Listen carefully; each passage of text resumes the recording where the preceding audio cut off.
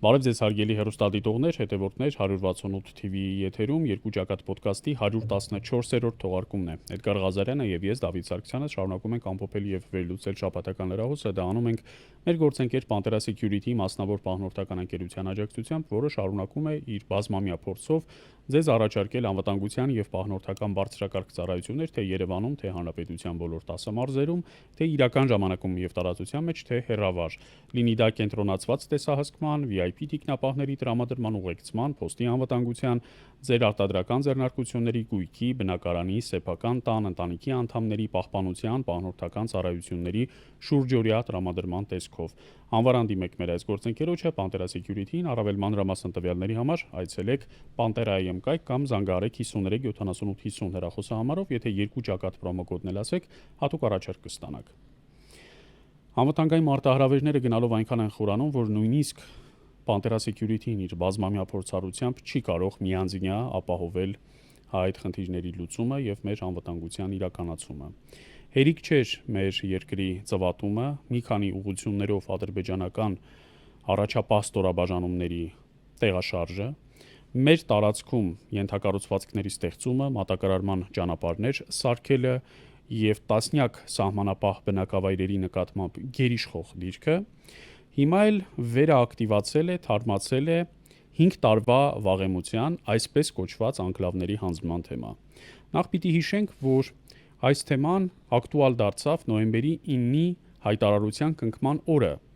երբ այդ եռակողմ հռչակագրի նախնական տարբերակում խոսվում էր նաև Ադրբեջանի Հանրապետության այսպես կոչված Ղազախի շրջանի բնակավայրերի հանձնման մասին։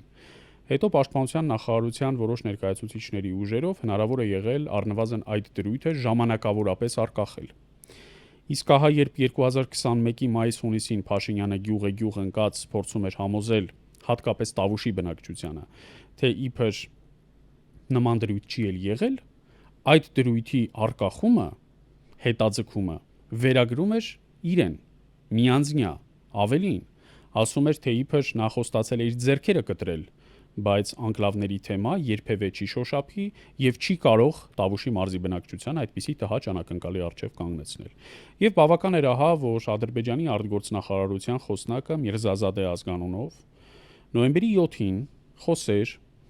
այսպես կոչված անկլավների վերադարձի անխուսափելիության եւ դա ադրբեջանական օրակարգում առաջնային դիտարկելու անհրաժեշտության մասին,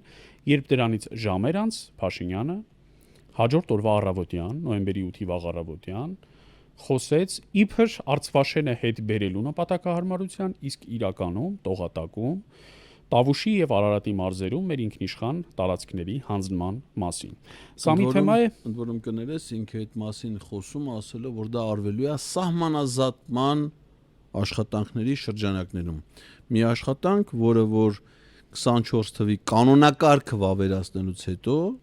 մի միլիմետր դեռ չի իրականացվել։ Իսկ մի տարին անցել է, մի միլիմետր չի արվել։ Այնինչ իրականացել է բացառապես Տավուշի մարզում 13 կիլոմետր երկարությամբ, ընդ որում դրա աշխարհագրական ճշգրիտ կոորդինատները շարունակում են թաքցվել հանրությունից, այն դեպքում, երբ դա ներկայացվում է որպես անվտանգության եւ խաղաղության երաշխիք, երբ սահմանազատված 13 կիլոմետրանոց հատվածը եւ հատկապես Կիրանցի պատը ներկայացվում է որպես մեծագույն բարիք եւ կարծես թե դրա աշխարհագրական ճշգրիտ կոորդինատները թաքցնելու որևէ անհրաժեշտություն չպետք է լիներ։ Բայց հետո պարզես որ դա սահմանազատման հետ կապ չունի, դա ընդամենը այդ հատվածից գյուղեր եւ տարածքներ Ադրբեջանին հանձնելու գործընթացը տեղի ունեցել, որովհետեւ դա հանձնելուց հետո մեր Գրիգորյան ու Շահին Մուստաֆաևը հայտարարեցին, որ սահմանազատումը հայ-ադրբեջանական սահմանի իրանք նոր պետք է սկսեն, եւ դա պետք է սկսեն Հայաստան, Վրաստան, Ադրբեջան սահմանային վերին կետից, ինչը որ ավելի վերև էր, քան քո ասած 12 կիլոմետրը։ Քո ասածից հետո եւս մեկ նորություն է տեղի ունեցել, ժամեր առաջ նույն Մհեր Գրիգորյանը խորհրդարանում կառավարական ժամի շրջանակում ասել է, որ հնարավոր է այս փուլում սահմանազատում անեն Սյունիքի մարզում, հատկապես Թրիփի շրջանում։ Այսինքն կախված Ալիևի նախընտրությունից, թե Հայաստանի Հանրապետության կոնկրետ որ մարզի նկատմամբ այդ պահին նրա ախորժակը ինչ թելադրանք ունի, հենց այդպես էլ պետք է արվի այսպես կոչված սահմանազատումը։ Իսկ արդեն կներես այդ թեման փակելու համար էլի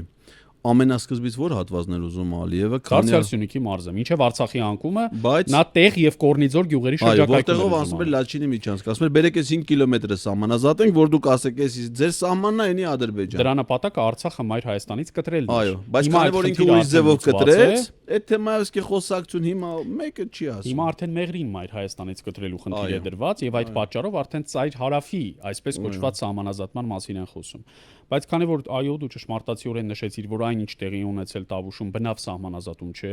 այլ ընդհանրապես հողերի միակողմանի հանձնում եւ անվտանգային ռիսկերի ավելացում հարակից տասնյակ բնակավայրերի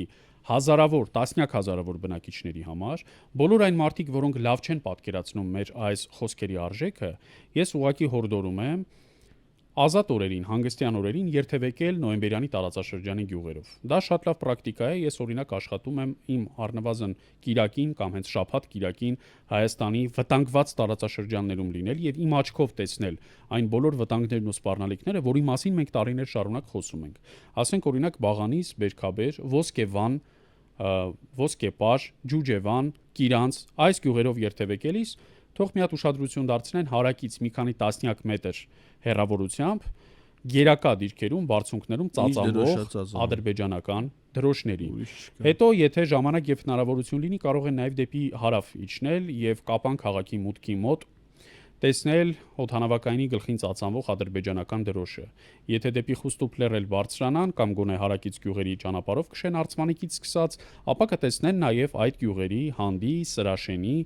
Շիկահողի, Ծավի եւ մյուս գյուղերի արանքում միջև եւ նրանց հարևանությամբ ծածանվող ադրբեջանական դրոշները եւ ամրացվող ադրբեջանական հենակետերը։ Իսկ Ջերմուկ քաղաքի վերնամասից ասենք օրինակ կամ Ճոպանուղու Գագաթից եւ կամ Եղնիկի արձանի մոտից, նույնիսկ քաղաքի որոշ մասերից ադրբեջանական դիրքերը եւ մատակարարման ճանապարհները, որոնք բարբերաբար թարմացվում են, խիստ տեսանելի են։ Այդ ճանապարհների լայնությունը այնպիսին է, դրա մասին նաեւ ադրբեջանական հեռուստաընկերությունը ռեպորտաժ էր պատրաստել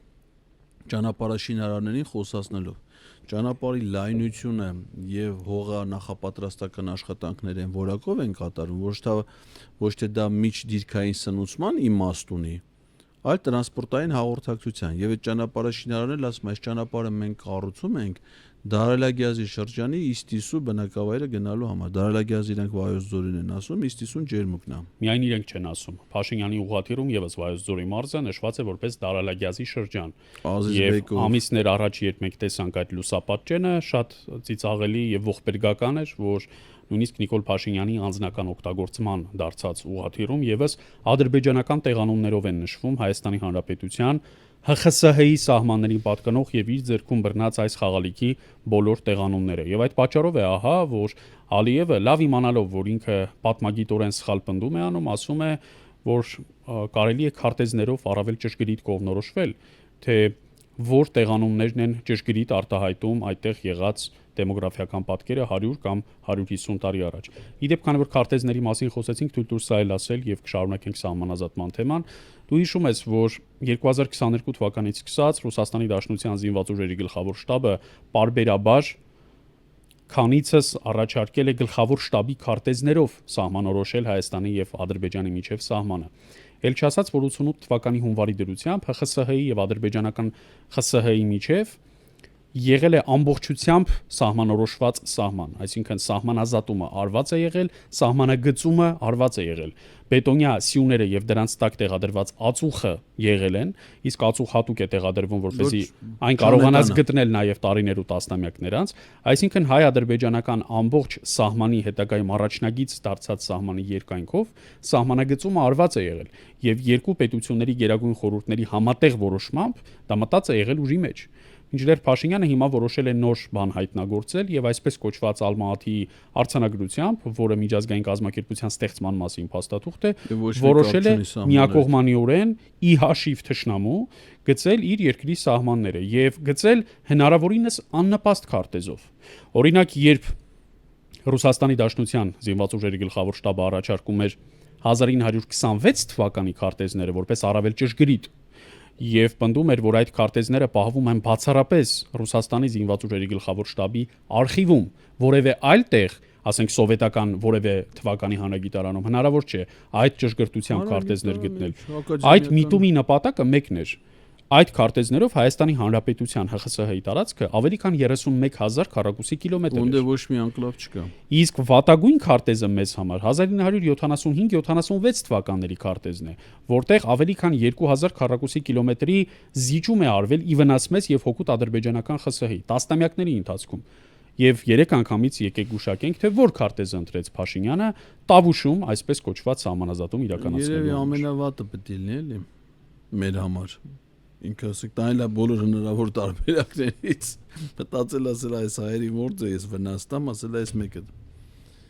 ու Դավիթ ջան նախ ինչա նշանակում այդ քարտեզները չէ այդ քարտեզները առհասարակ կարող են նաև չլինել իսկ մենք կարող ենք նաև երրորդ երկրին ընդհանրապես չդիմել տեղ որովհետև մենք ունենք պետական սահմանի մասին օրենք որտեղ ասում է որ հարևան պետությունների հետ պետական սահմանի նկարագրություն արվում է միջազգային պայմանագրով եւ օրենքներով եւ այդ միջազգային պայմանագրերի համար սահմանազատման համար սկզբունքներ են սահմանված օրենքով եւ այդ սկզբունքները նաեւ ԵԱՀԿ կարգավորումներ ունեն ունդեղ տրամաբանություն էլ կա ասենք օրինակ պատկերացրու կա մի ջրաղբյուր չէ տարածքում խմելու ջրի աղբյուր որից որ այս մի երկրի բնակավայր չկա որ դրանից օգտվի ու մյուս երկրի բնակավայրի համար ինք ունի կենսական նշանակություն ու անկախ դրանից թե որ երկրի որ շտաբի քարտեզներում ոնց է տրամաբանությունը հումանիզմը առողջ հարաբերությունների հուշում է որ այդ ջրաղբյուրը պետք է լինի այն երկրի սահմանային տարածքում որի գյուղը բնակիչները դրանից օգտվելու են որտեղ իրանց համար դա կենսական է մեկին էլ պետք չի նույնը վերաբերում է մնացած ամեն ինչին ասենք օրինակ ճանապարհներ հիմա որ ադրբեջանցիներն եկել են Գորիսից Կապան 9 կիլոմետր հատվածի վրա նստել են փակել են չէ հիմա այդ 9 կիլոմետրի վրա ոչ մի ադրբեջանական գյուղ չկա այսինքն այդ 9 կիլոմետրանոց հատվածը ադրբեջանական ոչ մի երկու բնակավայր իրար չի կապում ընդ մարդ չի ոչ մեկ չի իրանց համար դա ոչ մի նշանակություն չունի չէ Իսկ մեզ համար կապում է Սյունիքի մարզի երկրորդ խոշոր իր մեծությամբ քաղաքը մարզկենտրոն Կապանի հետ։ Չնայած որ դա սովետի ժամանակ էլ է եղել Հայաստանի սահման։ Եթե նույնիսկ դա տենց չլեր, այդ 9 կիլոմետր Ադրբեջանը երբեք պիտի վերահսկողություն չունենա, որովհետև դա մեր համար կենսական է, իրանց համար ոչ մի բան։ Ու հիմա այդ սկզբունքը ասում է սահմանազատումը անելուց պետք է դա հաշվի առնես։ Կենսական նշանակությունը խնդիրների աշխարհագրական օբյեկտների արկայություն, այսինքն գետ կա, գետով է բաժանվում, լեռ կա, լեռան, չգիտեմ, գագաթով է բաժանվում, չէ՞։ Այդ տրամաբանությամբ պիտի անեն, այսինքն որպեսզի մեկը մյուսին վնաս չտան։ Սրանք այդ ամեն ինչը բացի դրանից, որը դրել է մի կողմ, հակառակն են անում։ Ադրբեջանցիները իշխանություն են հաստատում այն տարածքների նկատմամբ, որոնք մեզ համար գերիշխող են, մեր նկատմամբ գերիշխող են, եւ մեր համար կենսական են, ասենք օրինակ ջերմուկում ինչեն եկեն նստեց սարի գլխին, որովհետեւ դա Արփա գետի ջերհավաք ավազանն է, որպես Վայոց ձորի մարզպետ եմ ասում, ընդ ջրաբանական արգելոց է, կառավարության որոշումով հաստատված, որովհետեւ Արփա գետի ջրերը հավաքվում են այդ հատվածում, եւ հիմա ադրբեջանցիները դրա նկատմամբ վերահսկողություն են, այսինքն իրանց համար Արփա գետը, չէ, ոչ մի կենսական նշանակություն չունի։ Մեր համար բազմաֆունկցիոնալ նշանակություն ունի եւ որպես խմելու ջրի աղբյուր հանդիսանում եւ Սևաննա դրանով լցվում է Կեչուտի ջրամբար, այնտեղից գնում է Սևան եւ որպես ռոռոկման ջուրը հանդիսանում։ Իրանց համար ոչ մի նշանակություն չունի, այսինքն ինչ ձևի էլ արվի սահմանազատումը։ Իրանք այնտեղից պետքա շպրտվեն մի կողմ։ Նույնը կարա սանիտարնիկ սահմանի մյուրիշ հատվածում մենք ունենանք մեր տիրապետության տակ կենսական նշանակության մի օբյեկտ, որը մենք չենք օգտագործում, բայց իրանց համար կենսական է։ Դա պետք է իրանց օգտին կայացվի այդ որը։ Այդ սահմանային հանձնաժողովները տենց այդ տրամաբանությամբ ոչ թե իրար առավելագույն վնաս տալու, այլ ճիշտ հակառակը։ Կենսական խնդիրները հաշվի առնելով, բայց հիմա լրիվ հակառակ տրամաբանությամբ է։ Այն ինչը մեր կենսականն է, իրանք հատուկ դա են վերցնում, անկախ դրանից իրանք դա պետք է թե պետք չի։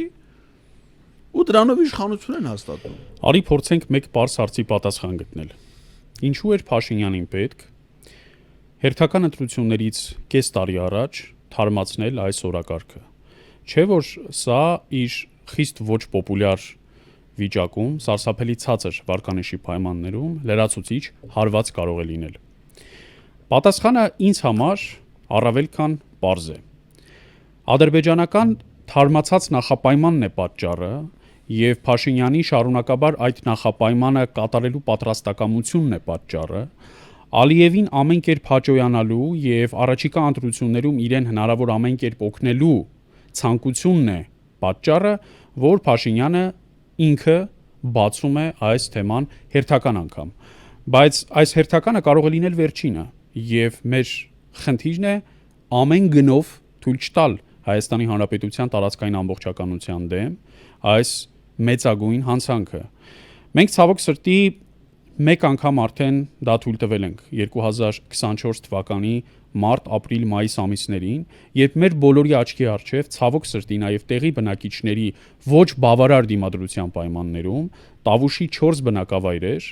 եւ տասնյակ տներ հանձնվեցին թշնամուն, երբ մի հրաշքով մարդ, որը խորհրդային տարիներից ապրել է ՀԽՍՀ-ում, ապա անկախացած Հայաստանի Հանրապետությունը, մարտնանում եւ պարզում է, որ ինքը իրականում Ադրբեջանի Հանրապետության տարածքում է տուն կառուցել, անասուն պահել, երեխա մեծացրել, գոմ կառուցել եւ այլն։ Եվ մեկ օրում այդ սեփականության վկայականներն ու կադաստրի թղթերը համարվում են անվավեր, որովհետեւ պարզվում է, որ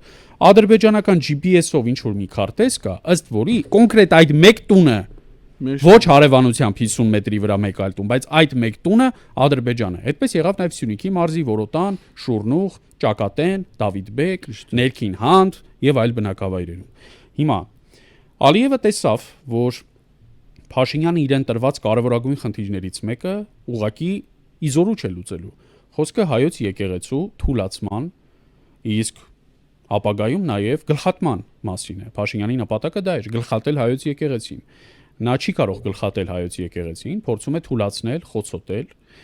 Դա էլ առանձնապես չի հաջողում եւ ուղղակի ծիծաղ ու խղճահարություն են առաջացնում, այս էլ արդեն երրորդ շաբաթը անընդմեջ, երկուսը Հովհաննավանկում, մեկը Թալինի եկեղեցում հավաքվող վարչական ռեսուրսով բերվող մի քանի 100 քաղաքացիները, որոնք բոլորը այո այդտեղ տարվում են հանրահավաքի, անհասկանալի մի արարողության, ավելի շատ բողոքական, ավետարանական եկեղեցու ոճը հիշեցնող ինչ որ մի հավաքի, բայց որևէ դեպքում դա պատարակ անվանել չի կարելի։ Եվ քանի որ Ադրբեջանի ու Թուրքիայի, բայց այս դեպքում նախևառաջ Ալիևի անձնական խնդիրը հայոց եկեղեցու, նրա նվիրապետության, նրա դավանած գաղափարների, պատմական ինստիտուցիոնալ հիշողության, Արցախի թեմը չլուծարելու, պատարակների ժամանակ քարոզներում խոսվող ազգային հոգևոր տեքստերի հետ է, եւ քանի որ Ալիևը ուղիղ խնդիր էր դրել գլխատելու հայոց եկեղեցին, պառակտություն մտցնելու նրա մեջ, վարկաբեկելու այն, եւ քանի որ այդ խնդիրը չի հաջողվում, պատարակներ ավելի բազմամարդ են դառնում, հայոց եկեղեցու վարկանիշը բանակի հետ ամենաբարձրն է, ապա Ալիևը ըստ ամենայնի Փաշինյանին հիշեցնում է եւ զգուշացնում, որ օրինակ անհրաժեշտ պահին Սևանը կարող է իր համար գոյության դառնալ եւ այն, որ Սևանը դեռևս գոյության չէ, բացառապես Ալիևի բարեհաճությունից է գալիս, իսկ քանի որ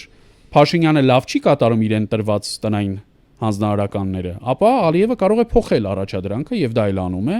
եւ հիմա վերաուղղորդում է դեպի այսպես կոչված անկլավների հանձնում։ Խարվաճառը Ադրբեջանին հանձնելուց հետո 3 կիլոմետր է հիմա իրանց բաժանում Ադրբեջանի սահմանը Սևանա լճի արևելյան ափից։ Այդ բարձր չէ 3 կիլոմետրը իրանք հասնելու համար քանի րոպե ժամանակ են ծախսելու, մանավանդ որ ամբողջ սահմանին հիմա տեղակայված է կոմանդո հատուկ նշանակության բազմաֆունկցիոնալ զորամիավորումները, որոնք իրականացնում են պետական սահմանի պահպանությունից բացի դիվերսիոն հետախուզական եւ ներթափանցման գործողություններ։ Անընդհատ իրականացնում են զորավարություններ, որտեղ խաղարկվում է նաեւ բնակավայրերի ներսում ռազմական գործողություններ կատարելու սցենարներ։ Դա իրականությունն է, չէ՞։ Հիմա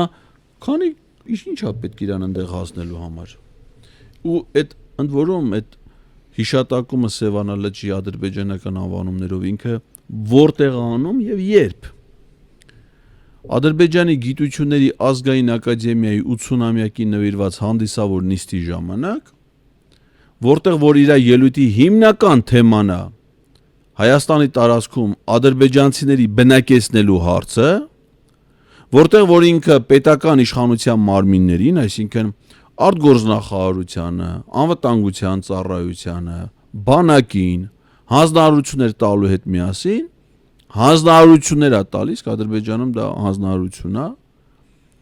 այսպես կոչված քաղաքացիական հասարակության ինստիտուտներին, հասարակական կազմակերպություններին, կենթանատեսակ, որ Ադրբեջանում չկա, եւ գիտնականներին, կենթանատեսակ, որը Ադրբեջանում կարող է լինի շատ քիչ քանակությամբ։ Բայց դրանց հանձնարարություն է տալի, ասում է դուք էլ պիտի մասնակից լինեք ամենքը ձեր մասով Հայաստանի տարածքը ադրբեջանցիներով բնակեցնելու հարցում եւ հնչեցնում է ադրբեջանական անվանումներ հայկական բնակավայրի, դա միայն Սևանալճին չի վերաբերում, այդ Բաքվի կենտրոնում, որ ինքը հիմա մի հատ երրահար գրասենյակ է հատկացրել Արևմտյան Ադրբեջանի կազմակերպությանը, այդ գրասենյակի առաջի հարկում, ընդ որում ինքը այնտեղ այցելել է իր ծննդյան 60-ամյակի օրը Ալիևը եւ հանդիպել է նրանց ներկայացուցիչների հետ, այդ գրասենյակի առաջի հարկում փակցված է միայն Հայաստանի Հանրապետության քարտեզը, որտեղ բոլոր բնակավայրերը նշված են ադրբեջանական տեղանուններով։ Եվ այնտեղ կա տեղեկություններ, թե այնտեղ քանի ադրբեջանցի, որոնք որտեղ ապրե, քանիսում միայն ադրբեջանցիներ են, բացառապես ադրբեջանցիներով բնակեցված, մյուսներում ադրբեջանցիները քանի տոկոստ են կազմել բնակչության եւ այլն։ Եվ հիմա իր խնդիրը դրված է այդ լուծելու համար։ Այսպես կոչված Արևմտյան Ադրբեջանի համայնքը նաև բազմալեզու հեռուստաալիք է գործարկել, այն հասանելի է նաև YouTube-ում, եւ այսպես կոչված Քարբի Ադրբեջան, Արևմտյան Ադրբեջան կոչվող արհեստածին միավորի տարբեր հայկական բնակավայրերի ադրբեջանացված, թյուրքացված տեղանունների, մեր սրբատեղիների իբր ուդիացված, աղվանացված, ադրբեջանացած կեղծ էության մասին բազմալեզու ռեպորտաժներ, տեսանյութեր, գրքեր, հրապարակումներ են պատրաստվում եւ ուղարկվում տարբեր բարձր ատյաններ, ամենաբարձրը ՄԱԿ-ն է, որի գլխավոր վեհաժողովի բոլոր անդամներին առանց բացառության, բոլոր նստաշրջանների ժամանակ բաժանվում են նամակներ, տեղեկատվական թերթիկներ, բյուլետեններ, այսպես կոչված Արևմտյան Ադրբեջանի եւ Արևմտյան ադրբեջանցիների խախտված իրավունքների վերականգնման անհրաժեշտության մասին։ Դրա կիրառման առաջին փորձը Ալիևը ըստ ամենայնի որոշել է իրականացնել հենց այսպես կոչված անկլավների հանձնման դեպքում եւ դրանից հետո, որովհետեւ այս որևէ տեղ չգրված եւ չհիմնավորված անկլավների պահանջի հիմքում Ալիևը դնում է հենց այն, թե իբր այստեղ մինչև 1980-ականների վերջը ապրել են ադրբեջանցիներ։ Մենք հրաշալի գիտենք, որ ոչ հայկական, ոչ ադրբեջանական ԽՍՀ-ների գերագույն խորհուրդների, ոչ առավելևս միութենական գերագույն խորհրդի որևէ որոշում չկա տարածքային փոփոխության մասին։ Իսկ խորհրդային վերջին 1977 թվականի սահմանադրության համաձայն բացառապես միութենական պետությունները իրար միջև պետք է համապատասխան փաստաթղթով կնքեին տարածքային փոփոխությունների հետ կապված բոլոր վեճերը։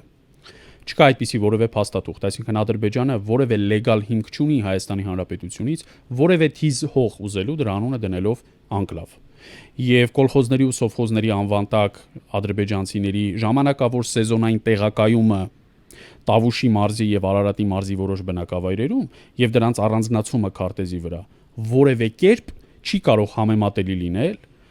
հարյուրամյակներով ժամանակակից Ադրբեջանի տարածքում խոշոր բնակավայրերում, ասենք Պարտավ քաղաքում, որն իրենք Բարդա են անվանում, Բաքվում, Գանձակում, Սումգայիթում եւ այլ քաղաքներում հայերի կոմպակտ 100,000 բնակության հետ, որովհետեւ եթե այդպես է, մենք էլ նույն տրամաբանությամբ պիտի Գանձակը, Բաքվի կեսը, Սումգայիթը եւ այլ քաղաքներ հրճակենք հայկական անկլավներ։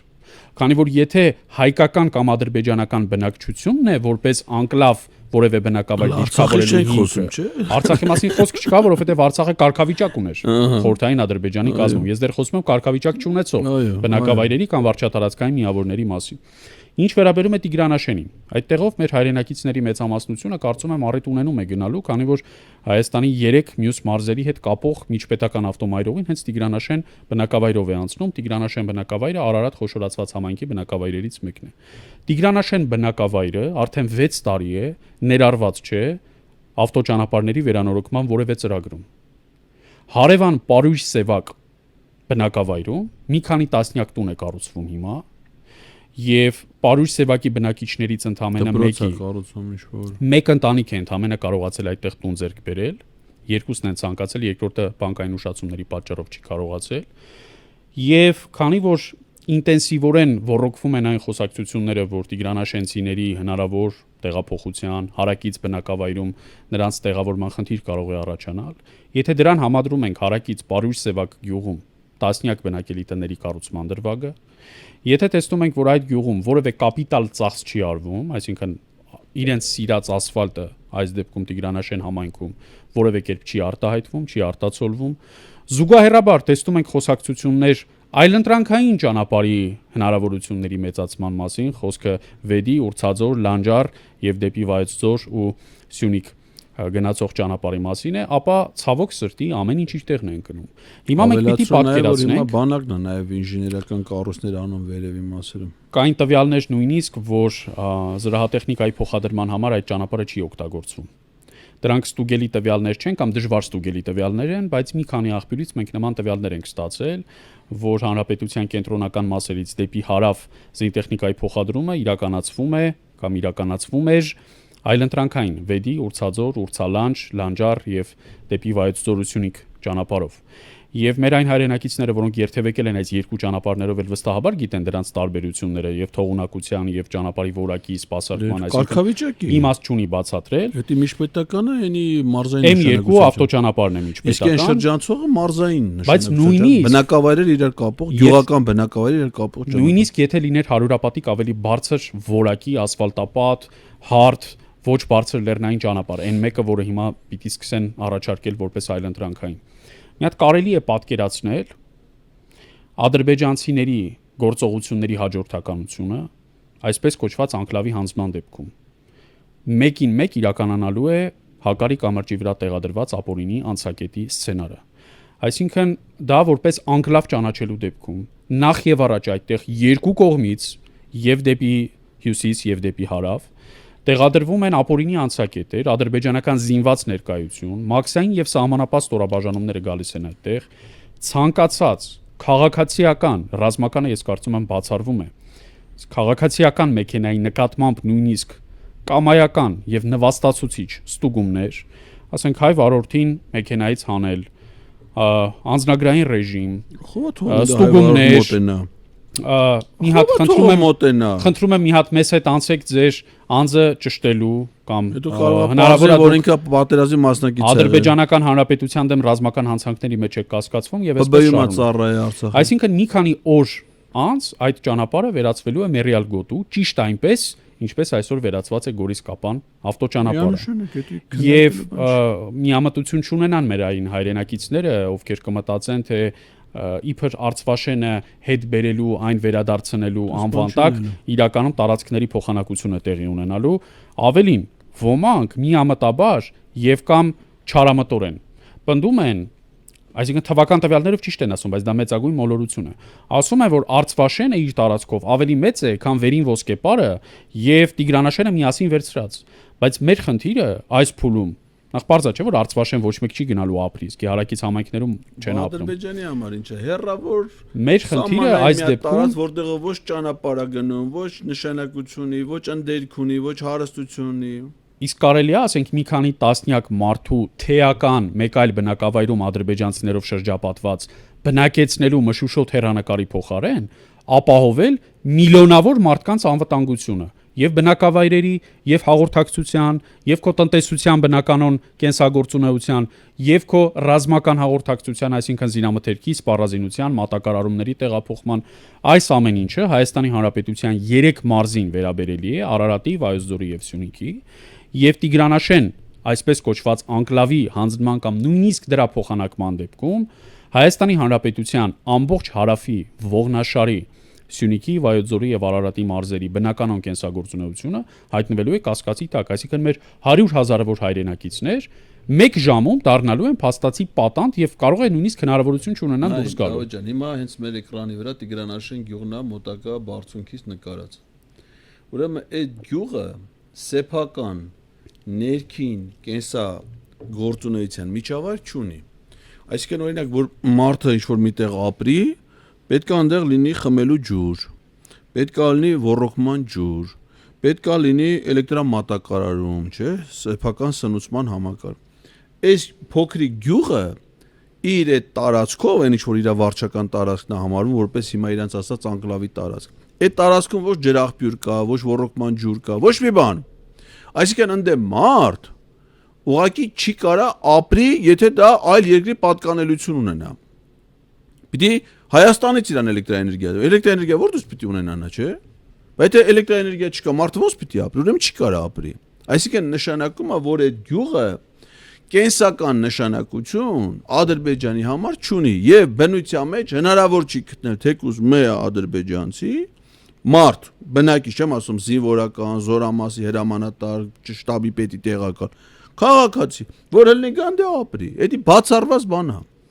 Հիմա դա նշանակում է, որ այս տարածքը Ադրբեջանին ինչի համար է։ Մենակ այս ինչ որ քարտը նաև լուսանկարում երևում է, միջպետական ճանապարհի այդ հատվածը վերահսկողության տակ վերցնելու համար, որ երկու տեղից քո ասած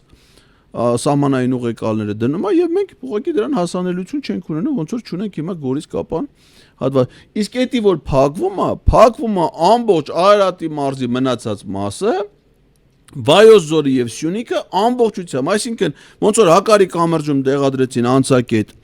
մի քանի ամիս հետո գրոհով Արցախը վերցրեցին, հիմա նույնը այստեղ դնում են անցակետ, այն ամբողջ տարածքը վերցնում են Վայոց ձոր Սյունիքը Արարատի մի մասը շրջափակման մեջ, 7-8 ամիս անցնում է, գրողով էտել են վերցնում։ Վերջ, դա իրանց նպատակը, թե չէ տարածք իրանց համար ոչ մի նշանակություն չունի։ Ստե նաև շատ կարևոր է իրավական խնդիրը, որ քիչ առաջ նոր դու որ ներկայացնում ես, այդ իրավական ասպեկտների մեջ մի շատ կարևոր բան կա։ Որ եթե դա նույնիսկ սովետական շրջանում, ինչ որ մի շրջան, որովհետև ամբողջ սովետական շրջանում, երբ որ Ադրբեջանում հաստատվել են սովետական կարգերը Հայաստանում, անկլավ գոյություն չի ունեցել։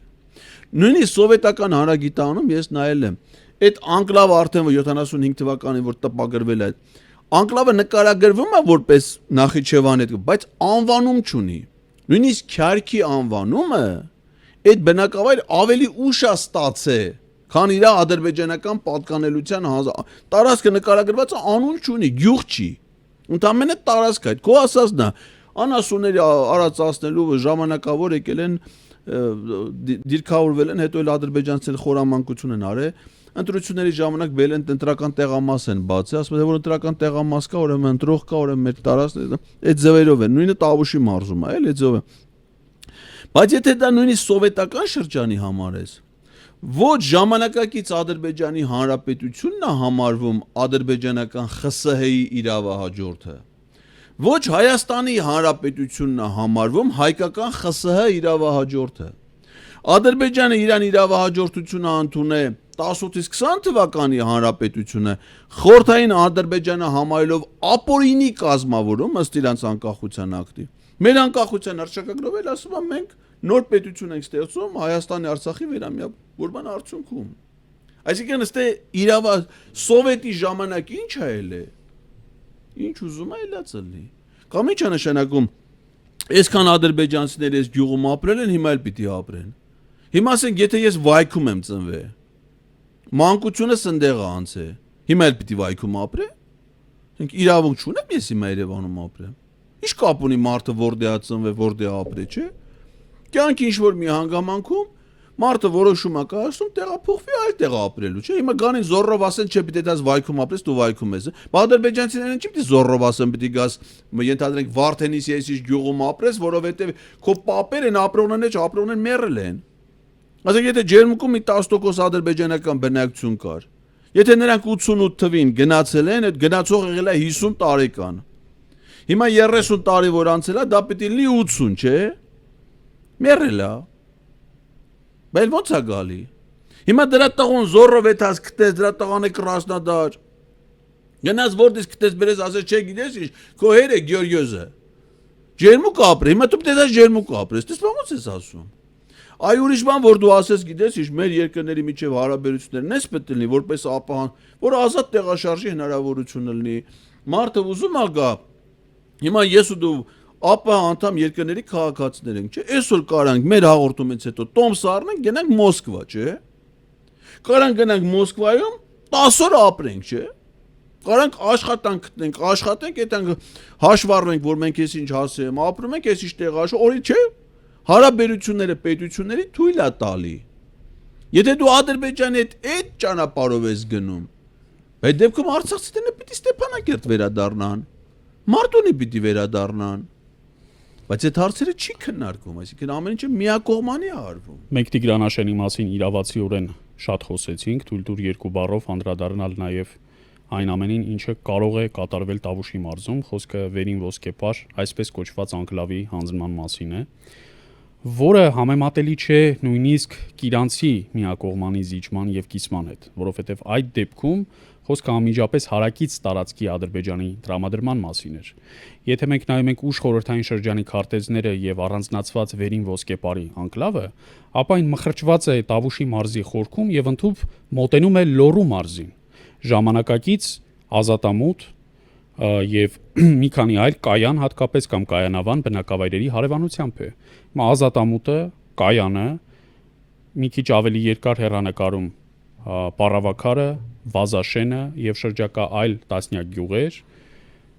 Գետահովիտը, սրանք բոլորը դրվելու են գոյաբանական կասկածի ներքո։ Նախ շատ արագ դրանք հայաթափվելու են, որովհետեւ ադրբեջանցիները ամեն ինչ անելու են շրջակա համայնքներում վախի մթնոլորտ տարածելու համար։ Այստեղ խոսքը ոչ թե Կիրանցի պես հարևանությամբ ծածանվող ադրբեջանական դրոշի մասին է, երբ կա ստատիկ ադրբեջանական ներկայություն, այլ ամենժամյա շարժի։ Մեր հայրենակիցները հավանաբար լավ չեն պատկերացնում, թե դա ինչպես է տեղի ունենալու, իսկ Ադրբեջանի արտգործնախարարությունում դա շատ լավ պատկերացնում են եւ ասել են, որ եւ այսպես կոչված Քյարքիի եւ այսպես կոչված Սոֆուլուի ու Բարխուդարլուի, այսինքն վերին ոսկեպարի հանձնման համար իրենց պետք են մինի միջանցքներ։ Այդ մինի միջանցքները բուն Ադրբեջանին կապող եւս պետք է լինեն ադրբեջանական զինված վերահսկողության ներքո։ Այսինքն քանի որ իրենք հայերին չեն վստահում, իրենց քաղաքացիները, որոնք իբր պիտի բնակության ապրելու գան այդտեղ, իրականում այո, իրավացիորեն նշեցիր, որ որևէ մեկը այդտեղ չի գալու, եւ զինված ադրբեջանցիները քաղաքացիական համազգեստով նույն զինվորականները իրենց ասենք արձակուրդային շրջանում բերվելու են այդտեղ իբր ապրեցվելու, իսկ դա շատ ավելի կարևոր նշանակություն ունի, քան Արցախի իրենց կողմից բնակեցումը, քանի որ Արցախում մենք այսօր որևէ ներկայություն չունենք, ոչ ֆիզիկական, ոչ ռազմական ցավոք սրտի։ Իսկ եթե իրենք այս անկլավների վրա վերահսկողություն են հաստատում, ապա 4 կողմից շրջապատված լինելով հայկական տարրով, իրենք իրենց բոլոր ռեսուրսները պիտի ներդնեն իբր ապացուցելու, որ դա իրենցն է։ 1 եւ երկրորդ վախի սարսափի մթնոլորտ տարածելու հարևան հայկական գյուղերում։ Այնպես ինչպես վարվում է այսօր հայոց բանակը, ինչպես գլխավոր շտաբի ղեկավարությունն է վարվում, ակնհայտ է, որ նույն գործելակերպը շատ ավելի նվաստացուցիչ ձևով շարունակվելու է այսպես կոչված անկլավների հանձնման դեպքում։ Օրեր առաջ Նիկոլ Փաշինյանը գնացել էր Պաշտպանության նախարարություն եւ իր հետ նաեւ Արմեն Գրիգորյանին էր տարել, գլխավոր շտաբի ամբողջ վերնախավը, ամբողջ սպայակույտը լսում էր այդ երկուսի դասախոսությունները խաղաղ համակեցության, անվտանգության, խաղաղության դարաշրջանի մասին, ակնհայտ է, որ դրա ենթատեքստը հենց այս անկլավների հնարավոր հանձնումը կարող է լինել եւ որևէ զինված դիմադրություն չցուցաբերելու կոչը։ Ուզում եմ հիշեցնել, որ 23 թվականի ապրիլին, երբ տեղ գյուղում ծանր միջադեպ տեղի ունեցավ եւ 4 հայ զինծառայող զոհվեց, դրանից հետո Պաշտպանության նախարարությունը ծառայողական քննություն էր սկսել հայկական կողմից պատասխան կրակ բացած զինծառայողների հանդեպ։ Իսկ ռազմական ոստիկանությունը հրապարակայնորեն խոստանում էր պատժել կարգազանց հայ զինծառայողներին, քանի որ նրանք չէին ենթարկվել այսպես կոչված գերագույն գլխավոր հրամանատարի, իրականում ինքնիրավչությամբ զբաղվող վարչապետի չկրակելու հորդորին եւ հրամանին։ Այսինքն զինված ուժերի գլխավոր շտաբին եւ մեր սպայակույտին հակասահմանադրական ճանապարհով ասվում է հետեւյալը. դուք գործ չունեք թե սահմանադրական կարգի հիմունքների գլխում սահմանադրության ձեր մասին ինչ է գրված, իսկ գրված է, որ զինված ուժերը Հայաստանի տարածքային ամբողջականության, ինքնիշխանության եւ անվտանգության երաշխավորն են, փոխարենը, քանի որ մենք խաղաղության դարաշրջանում ենք ապրում, գոյաբանական խնդիր այլևս չունենք, 1 տարի 8 ամիս է որևէ զինծառայող չի զոհվել առաջնագծում եւ նույնիսկ եթե զոհվի, այդ զոհը չի ներկայացվելու որպես թշնամու գնդակից ընկած զինծառայող, դա է Փաշինյանի ամբողջ նարատիվը, երբ իրենք ասում էին, թե այլևս որևէ զինվոր չպետք է զոհվի, կարծես իրենք են որոշում, Հիմա ուրեմն խնդիրը եւ նպատակը դրված է, որ բոլոր զիջումները պետք է լինեն գիրանցի պես անարյուն, առանց զինված ուժերի ներգրավվածության։ Ավելին, եթե զինված ուժերի սպայակույտը եւ բարձրագույն հրամանատարությունը իրեն այստեղ խելոք է դրսևորում, լսում է քաղաքական իշխանության հորդորները եւ հրահանգները, ապա պաշտոնեական առաջխաղացում է ստանում, գեներալական ուսադիժներ է ստանում, ինչպես երրորդ բանակային զորամիավորման արդեն նախկին հրամանատար Ալեքսանդր Ցականյանը, որը այդ պաշտպանական բնագծի փլուզման արդյունքում ստացավ գեներալ-մայորի կոչում, ինչպես ռազմատեղագրական ծառայության պետը պաշտպանության նախարարության, որը եւս դրա տեղագրությունը ոչ մեկը չգիտեր այդ նույն արժանինքների համար ստացավ գեներալ-մայորի կոչում եւ այդպես շարունակ։ Շատ ցավալի ու նվաստացուցիչ է տեսնել հերթական անգամ արդեն որերորդ տարին, 5-րդ տարին անընդմեջ հայրենիքին երթում տված եւ իրենց սահմանադրական կարգավիճակի ամբողջ պատվախնդրությունը եւ առանձնահատկությունը չգիտակցող տասնյակ գեներալների, գնդապետների, մեր սպայակույտին, որոնք քաղաքական իշխանության կրող չեն, որոնք սահմանադրության ուժով պարտավոր են պահպանել քաղաքական չեզոքություն։ Այսինքն, իրենք ունեն բացառապես մեկ ղեկավար իրավանորմ, եւ դա Հայաստանի Հանրապետության սահմանադրությունն է, որը իրենց պարտավորեցնում է անկախ քաղաքական իշխանության հրահանգներից իրականացնել իրենց արժեվ դրված խնդիրը, որի համար իրենք կյանքով երթում են։ Եվ նաեւ զինվորական ծառայության մասին օրենք, որը նրանցից պահանջում է կատարել միայն օրինական, այսինքն որպես մասնագիտական ծառայություն իրականացնող անձինք, նրանք պիտի իրականացնեն միայն օրինական հրամաններ, այսինքն ապօրինի հրամաններ նրանք կատարելու իրավունք, օրինակ նրանք զինված մարդիկ են, չէ՞։ Եթե նրանց որևէ մեկը հանձնարարեսի գնա մարդ սպանի, իրանք այդ հրամանը իրավունք չունեն կատարել, որովհետև գիտեն, որ մարդ սպանելը հանցագործություն է։ Ավելի մեծ հանցագործություն է մարդ սպանելուց երկրի տարածքը տշնամու զիջելը, որովհետև երկրի տարածքի փոփոխության իրավունքը մեր սահմանադրությունը տրվել է հայ ժողովրդին։ Այսինքն, եթե դու հայ ժողովրդի լիազորությանը վերաբերող հարց ես մենակով լուծում, այդ ավելի ծանր հանցանք է, քան ինչ-որ մեկի կյանքից զրկելը։ Բայց իրենք անում են դա։ Անում են, հետն էլ տանում են դրանց հերթով կախում են տուրնիկներից, որպեսզի տան Սուրեն Պապիկյանը պետական բյուջեի միջոցներից նրանց տա եւս 200,000 կամ 300,000 դրամ ամսական աշխատավարձ։ Տուրնիկից կախվածները մի քիչ ավելի շատ են ստանում, քան տուրնիկից չկախվածները։ Այսինքն հետն էլ նվաստացնում են էլի դրանց։ Բայց եթե վազեք հələ մի հատ էլ ասենք Պապիկյանը կանգնի տեսնի, թե դուք ոնց է գնդապետի ուսադիներով վազում։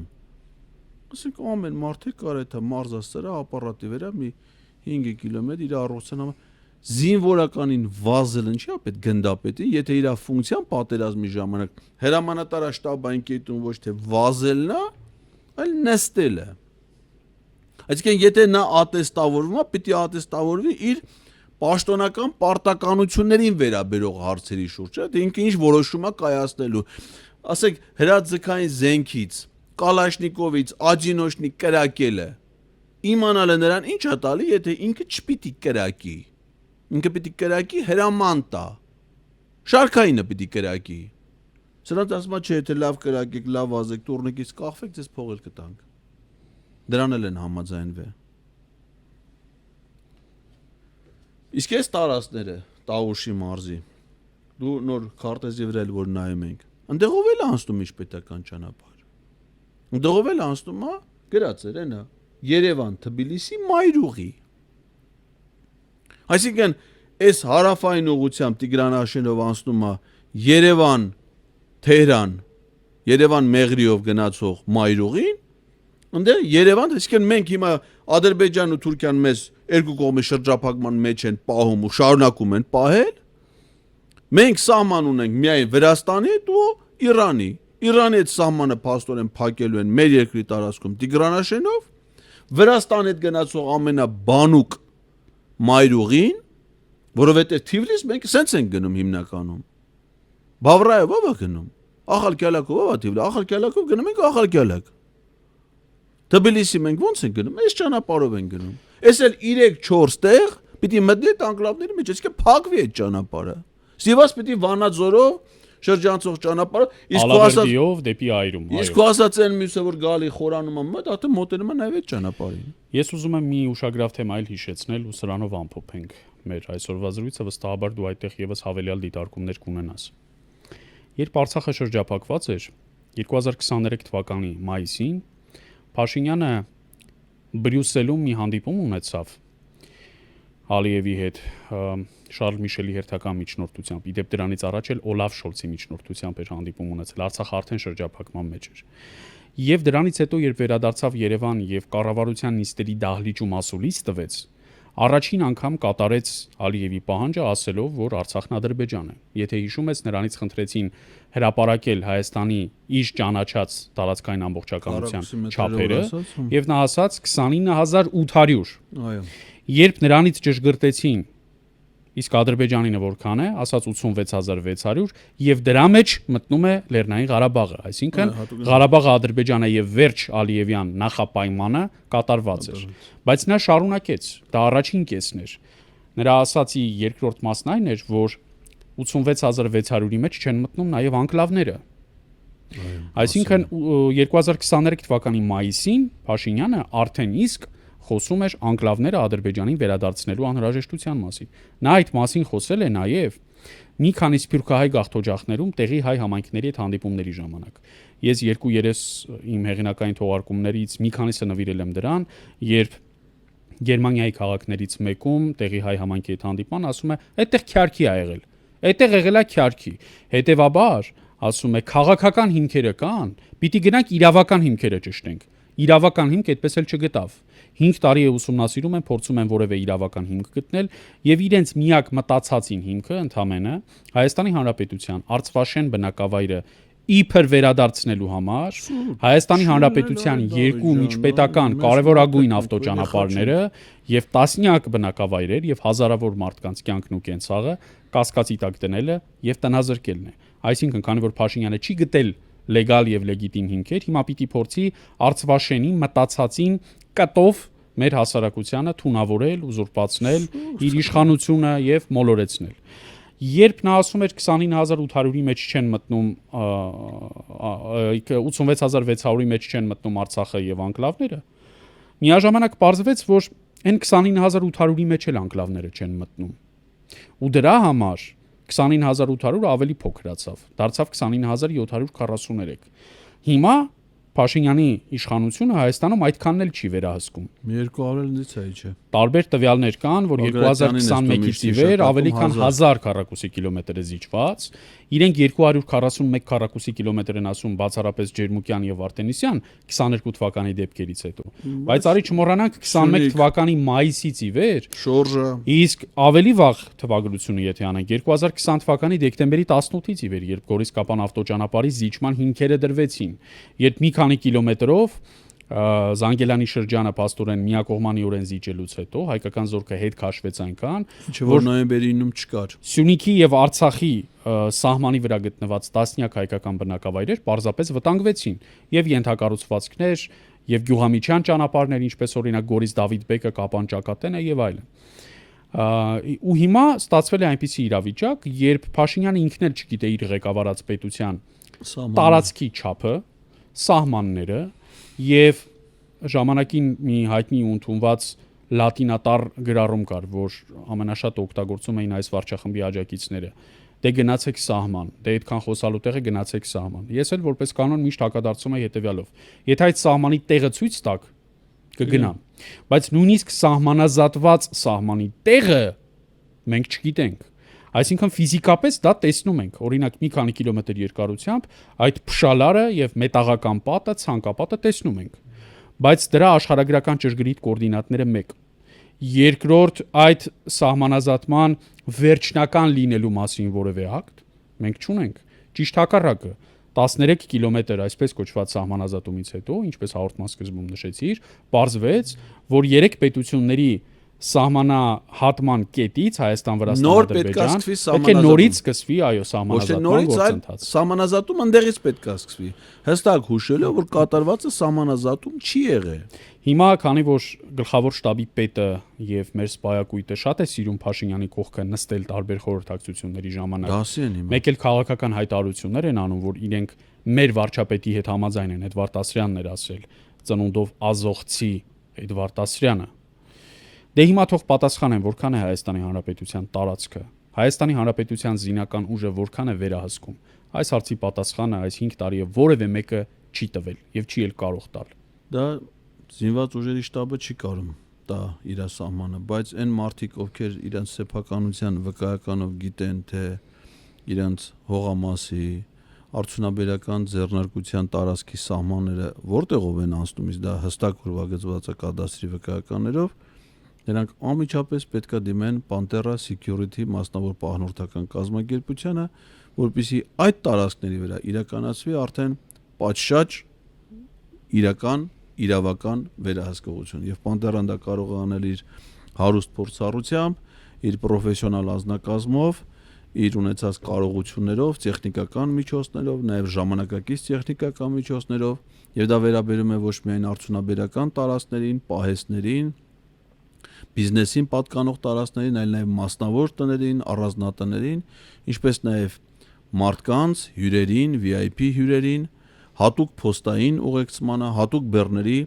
ուղեկցմանը, այսինքն անվտանգային բնույթի բազմատեսակ բազմապիսի ծառայություններ, որոնց ամբողջական ցանկը հնարավոր է պարզել pantera.am կայքի ուսումնասիրություններով, իսկ համագործակցության համար պետք է զանգահարել 53 78 50 հեռախոսահամարով։ Այսքանը հարգելի հեռուստադիտողներ, հետևորդներ, սա երկու ճակատ ոդկասթի 114-րդ թողարկումն էր 168 TV-ի եթերում Էդգար Ղազարյանը եւ ես Դավիթ Սարգսյանս ամփոփեցինք եւ վերլուծեցինք շաբաթական լրահոսը։ Դա սիրով ձեզ համար կանենք նաեւ մյուս ուրբաթ մեր ավանդական 21-ից 21-ին։ Ցտեսություն։